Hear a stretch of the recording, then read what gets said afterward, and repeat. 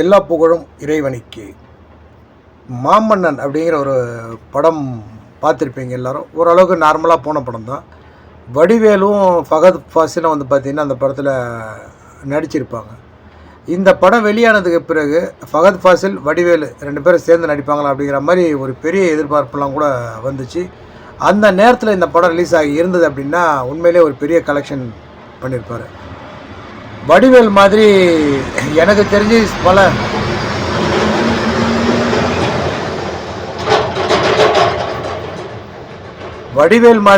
தெரிஞ்சு பல கமர்ஷியல் நடிகர்களை காட்டிலும் ஒரு கமர்ஷியலான காமெடியன் வடிவேலை சொல்லலாம். ஏன்னா அவரை பொறுத்த வரைக்கும் மினிமம் கேரண்டி. சமீபத்தில் வெளியான பல படங்கள் பார்த்திங்கன்னா ஒரு தோல்வி படங்கள் தான் கொடுத்தாரு. தொடர்ந்து அவர் நடித்த ஒரு 5-6 படங்களை சொல்லலாம். சுந்தர்சியோட படத்தில் நடிச்சிருந்தா, அதுக்கப்புறம் நாய் சேகர் ரிட்டன், இந்த மாதிரிலாம் படத்தில் நடித்து தோல்வி படங்களை தான் கொடுத்தாரு. மாமன்னன் பெரிய அளவில் ஒரு எதிர்பார்ப்பில் வெளியான படம். பட் அதுவும் பார்த்திங்கன்னா பெரிய அளவில் ஆஹா ஓஹோன்னு மீடியாவில் பேசிக்கலாம் தவிர அதுக்கு பிறகு பார்த்திங்கன்னா பெருசாக அவருக்கு ஒன்றும் வாய்ப்பு அமையல. சுந்தர்சி கூட தான் எனக்கு படம் நல்லா அமையுது, எங்கள் சொந்தக்காரங்களே சொல்லிட்டாங்க சுந்தர்சி கூட எப்படியா போய் சேர்ந்துக்கு அப்படின்னு சொன்னால், கடைசியாக சுந்தர்சியும் பார்த்திங்கன்னா நகரம் படத்தை அப்படியே ரீமேக் பண்ணி தான் கொடுத்துருந்தார் அவரும். அதுவும் பார்த்திங்கன்னா ஒரு அட்டர் ஃப்ளாப் அப்படின்னே சொல்லலாம்.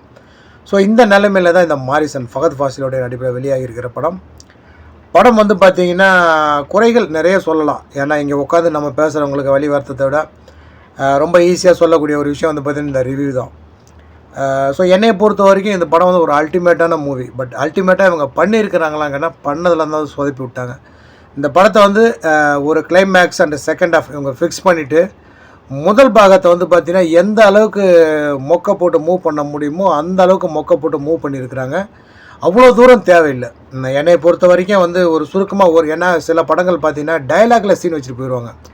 ஒரே ஒரு டைலாகில் அந்த சீனை பார்த்திங்கன்னா வேறு மாதிரி கொண்டு போயிடுவாங்க. ஆனால் இவங்க கிட்டத்தட்ட ஒரு 1 ஹவர் வீணாக்கியிருக்கிறாங்க அப்படி தான் நான் சொல்லுவேன். ஒரு 10 நிமிஷத்தில் ஒரு 5 நிமிஷத்தில் கன்வே பண்ணக்கூடிய ஒரு விஷயத்தை கிட்டத்தட்ட ஃபஸ்ட்டு ஹாஃப் பார்த்திங்கன்னா கொண்டுட்டு போயிருப்பாங்க. செகண்ட் ஹாஃப் தான் பார்த்திங்கன்னா அந்த படத்தில் நல்லா அல்டிமேட்டாக பண்ணியிருக்கிறாங்க. உண்மையிலே பாராட்டக்கூடிய ஒரு படம் தான். வடிவேலுடைய நடிப்பாக இருக்கட்டும், ஃபகத் ஃபாசிலோட நடிப்பாக இருக்கட்டும் பெருசாக சொல்லக்கூடிய அளவுக்கு தான் இருக்குது. இயக்குனராக கண்டிப்பாக நிச்சயமாக பாராட்டலாம். இசை அது இளையராஜா ஏஆர் ரஹ்மானோட செத்து போயிடுச்சு. அதனால் பார்த்திங்கன்னா இந்த படம் இசையெல்லாம் பேசுகிற அளவுக்குலாம் ஒன்றும் விஷயம் கிடையாது. ஃபகத் ஃபாசில், வடிவேலு அல்டிமேட்டாக பண்ணியிருக்கிறாங்க. இந்த படத்தை இன்னும் கொஞ்சம் ஒரு 1.25 மணி நேரம், ஒரு 1.5 மணி நேரம் அப்படி சொல்லி கொடுத்துருந்தாங்க அப்படின்னா இந்த படம் வேறு லெவலில் அல்டிமேட்டாக போகும்.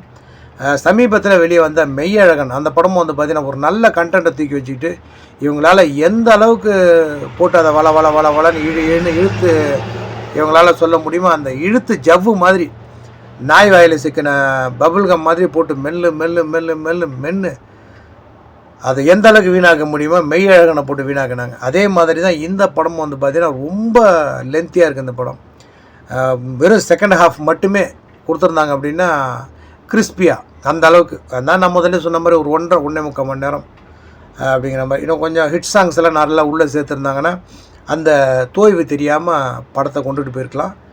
உண்மையிலே ஒரு நல்ல படம். ரொம்ப நாளைக்கு பிறகு வடிவேலு கொடுத்துருக்கிறார் அப்படின்னு தான் சொல்லணும். ஏன்னா இதுக்கு முந்தைய அவருடைய படங்கள் எல்லாமே ஒரு அட்டர் ஃப்ளாப் மூவி தான். இது கேரக்டர் வாய்ஸாக பார்க்கும்போது பல இடங்களில் பின்னி பெடல் எடுத்துருக்கிறாரு. சில இடங்களில் நம்மளை கண்கலங்கெல்லாம் வச்சுருக்கிறார் வடிவேலு. அந்தளவுக்கு ஒரு அல்டிமேட்டான நடிப்பு.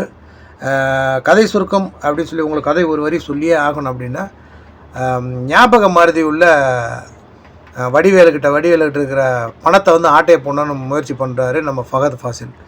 அந்த பணத்தை ஆட்டையை போட்டாரா இல்லையாங்கிறது தான் இந்த படத்தில் கதை. இன்ட்ரெஸ்டிங்காக சொல்லியிருக்கிறாங்க. பட் இவ்வளோ பெரிய இன்ட்ரெஸ்டிங்லாம் தேவையே இல்லை. இன்னும் அந்த படத்தை சுருக்கி இருக்கலாங்கிற எத்தனை மணி நேரம் நான் பேசினாலும் இதைத்தான் சொல்லுவேன். இன்னும் அந்த படத்தை கிறிஸ்பியாக கொடுத்துருக்கலாம். இறைவன் நாடினால் இன்னொரு வீடியோ உங்களை சந்திக்கிறேன். எல்லா புகழும் இறைவனுக்கு.